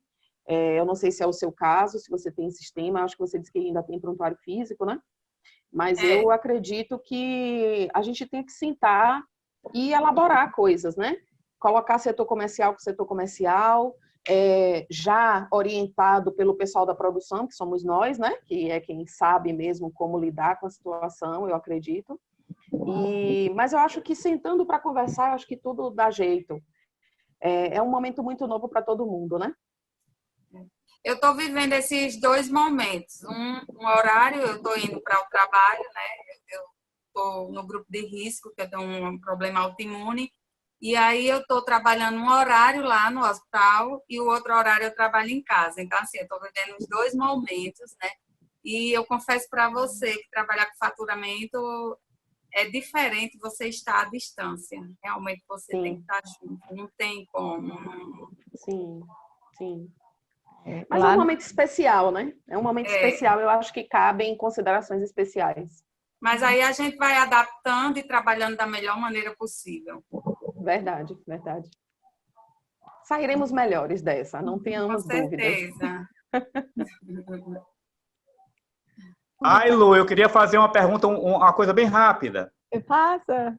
Bem rápida.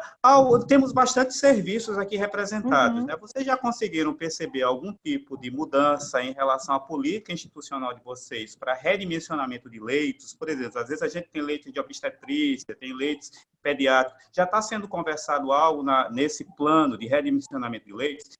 E outra pergunta é, e custos? Alguém está pensando na questão dos custos? O que isso pode impactar nos custos? Queria ver uma rodada aí do pessoal, as rapidinhas. Eu falo de custo e eu vou pedir para a Andréa falar dos leitos. Em custos, eu me preocupo bastante, como a gente trabalha com D-1, então eu ainda estou no mês anterior. Eu só vou poder falar realmente desse mês em si, próximo mês. Então, até agora, tá tranquilo, mas o próximo mês aí eu vou poder lhe dar uma resposta correta, mas que é preocupante como o Jane falou, como a Andrea falou, a gente tinha uma quantidade de atendimentos de 300 pacientes dia, 500, não sei, e a gente teve uma queda de 60% disso. Gente, é número. Então, na hora que você tem uma queda de 60%, você vai sentir assim drasticamente a questão de custo desse hospital, dessa unidade hospitalar. Né? Não tem como a gente dizer, não, a gente não vai ter. Lógico que vai ter. Agora, como a gente trabalha nesse sentido, a gente só vai ter esse resultado a partir do próximo mês. Eu vou até adentrar essa questão dos custos, que com certeza vai subir, porque a gente praticamente não dobrou, mas aumentou bem o quadro de colaboradores. Por esse momento, foi até assim, procura colaborador onde tiver e vamos contratar. E a questão, falei, né, das 2.500 máscaras em uma semana, desse aumento, né, foi a primeira semana que veio o boom do Covid, né, então teve esse aumento bem drástico, mas agora a gente está controlando essa questão. E em relação aos leitos, sim, a gente está com uma ocupação baixíssima, né, até porque as pessoas não estão procurando os prontos-socorros somente para, né, suspeitos de respiratórios e graves mesmo. E aí a gente já aumentou 25 leitos de UTI, que a gente não tinha esses leitos, a gente tinha fechado um pronto-socorro adulto, e esse pronto-socorro adulto virou leito de UTI, completamente. O nosso centro clínico, que era no Via Direta, virou um pronto-socorro adulto para referência coronavírus, e acaba que esse dimensionamento de leitos, ele está indo conforme demanda, mas a gente sim aumentou o número de leitos para receber esses pacientes. Em relação a custo também, tem a questão de que, além dessa admissão de funcionários, a gente teve também, está tendo o problema de compra de material com um número superior ao que a gente comprava, né? E, Lu, também tem outro detalhe. Os nossos pacotes, eles não foram feitos com essa quantidade de insumos que está sendo utilizado. Exatamente. E aí, o paciente do COVID, ele é um paciente que ele tem um gasto muito grande de insumos, entendeu? E não está computado em quem tem diária global. Exatamente. É por isso que eu falei, como é tudo muito novo, e a gente trabalha dessa forma, a gente só vai poder realmente ter a certeza desse impacto a partir do próximo mês. Sim, verdade. A Mir colocou uma coisa que eu achei até interessante. A gente está vivendo a primeira onda, que é a onda da saúde, né? A onda que a gente está preocupado com relação à nossa saúde mesmo, mas que daqui a pouco a gente vai entrar na tal da onda da economia, que aí os impactos econômicos que é o que vão acontecer, né? Que acho que é isso que a gente está comentando agora. Por enquanto a gente está nessa questão de sobrevivência, né, em seja saúde, o ser humano em si, né, e aí daqui a pouco a gente vai começar a conviver com o impacto disso frente à outra área que também vai ser bastante impactada, que é a questão da economia. Aí, Luciano, um pouco da experiência do Varela, do faturamento. Ah, que legal! Meu Deus do céu. Bom, lá no Varela, eu sou do setor de faturamento. Lá, nós dividimos a turma, né, por período, somos em 4, mais um aprendiz, então ficaram 2 pessoas no turno da manhã e 2 à tarde.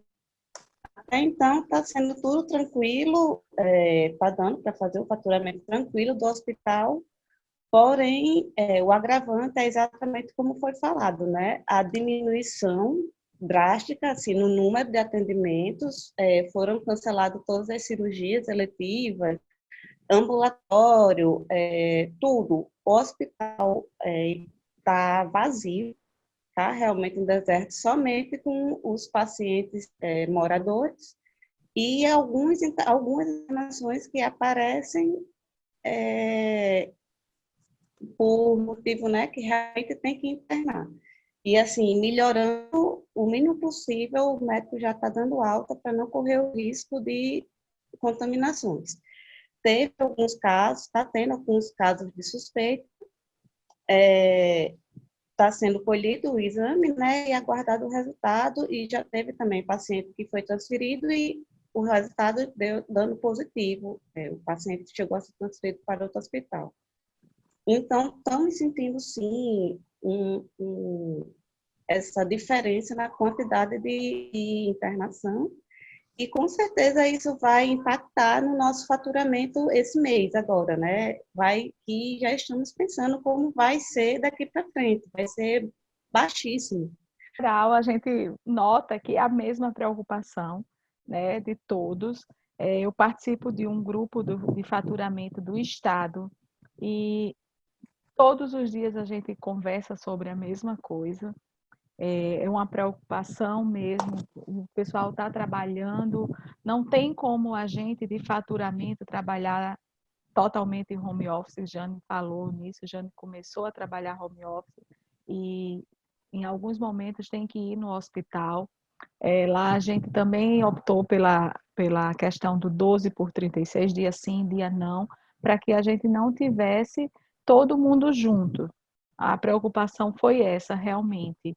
Então, está tranquilo, a baixa do hospital fez dar essa oportunidade da gente trabalhar dessa forma, sem estar preocupado de conta atrasada e a questão do prontuário. A gente está deixando esses 2 dias lá parado, está vindo sinalizado, está vindo em saco. Então, todos os cuidados que a gente pode ter com os nossos colaboradores, a gente está tendo. Gente, então, assim, eu acho que a gente vai encerrar por aqui, né? Para a gente já não chegar mais na instabilidade, a gente está com bastante chuva aqui, isso pode chegar a complicar um pouco. E mais uma vez eu agradeço demais, né? A gente vai deixar, como eu falei, a gente vai deixar o vídeo. Tem poucas pessoas, vamos dar oportunidade das pessoas falarem.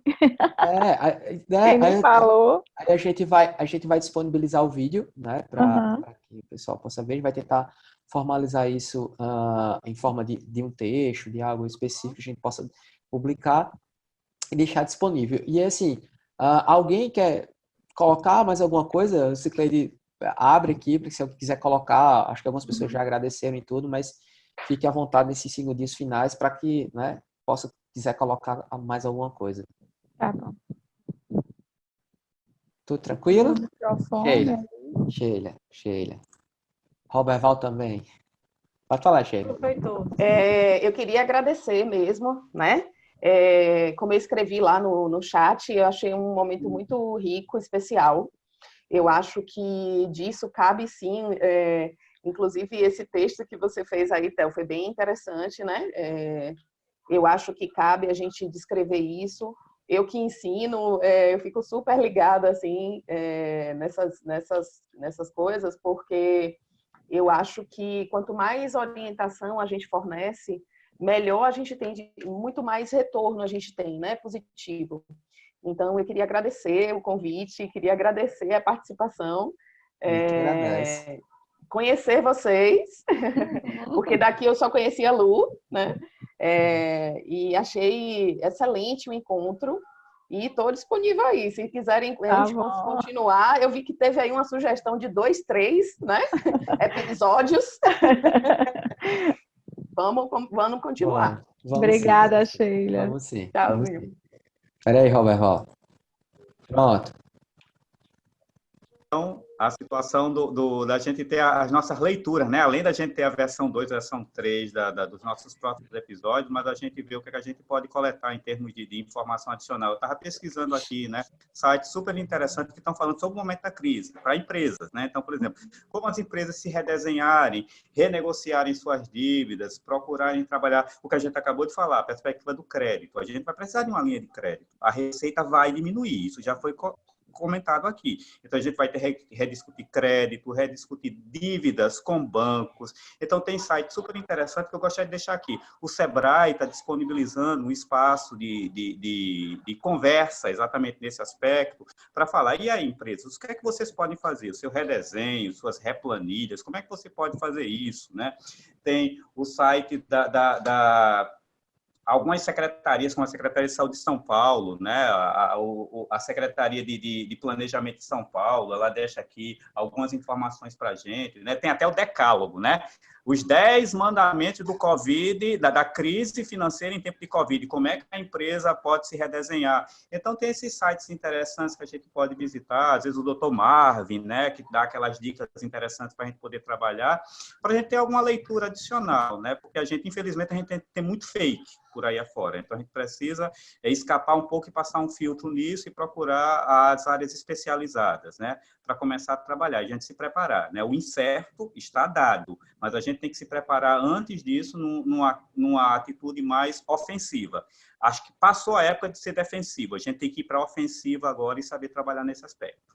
Okay. Obrigada, Roberval. A gente vai fazer o encerramento justamente por causa dessa instabilidade que pode estar acontecendo no momento aqui, que tem muita gente daqui, e a gente vai fazer esse encerramento, mas muito boa a sua colocação, você colocou a experiência lá, acho que corrobora muito com o que a gente já vem comentando aqui, né? E é uma preocupação geral, acho que a gente precisa sempre estar mantendo em contato aí, se alguém tiver uma boa ideia, passou para o outro e formar uma rede de informação que a gente possa se ajudar. Foi um prazer conhecer vocês. Muito obrigado mesmo. Jane, beijo. Beijo. Tchau. Obrigada.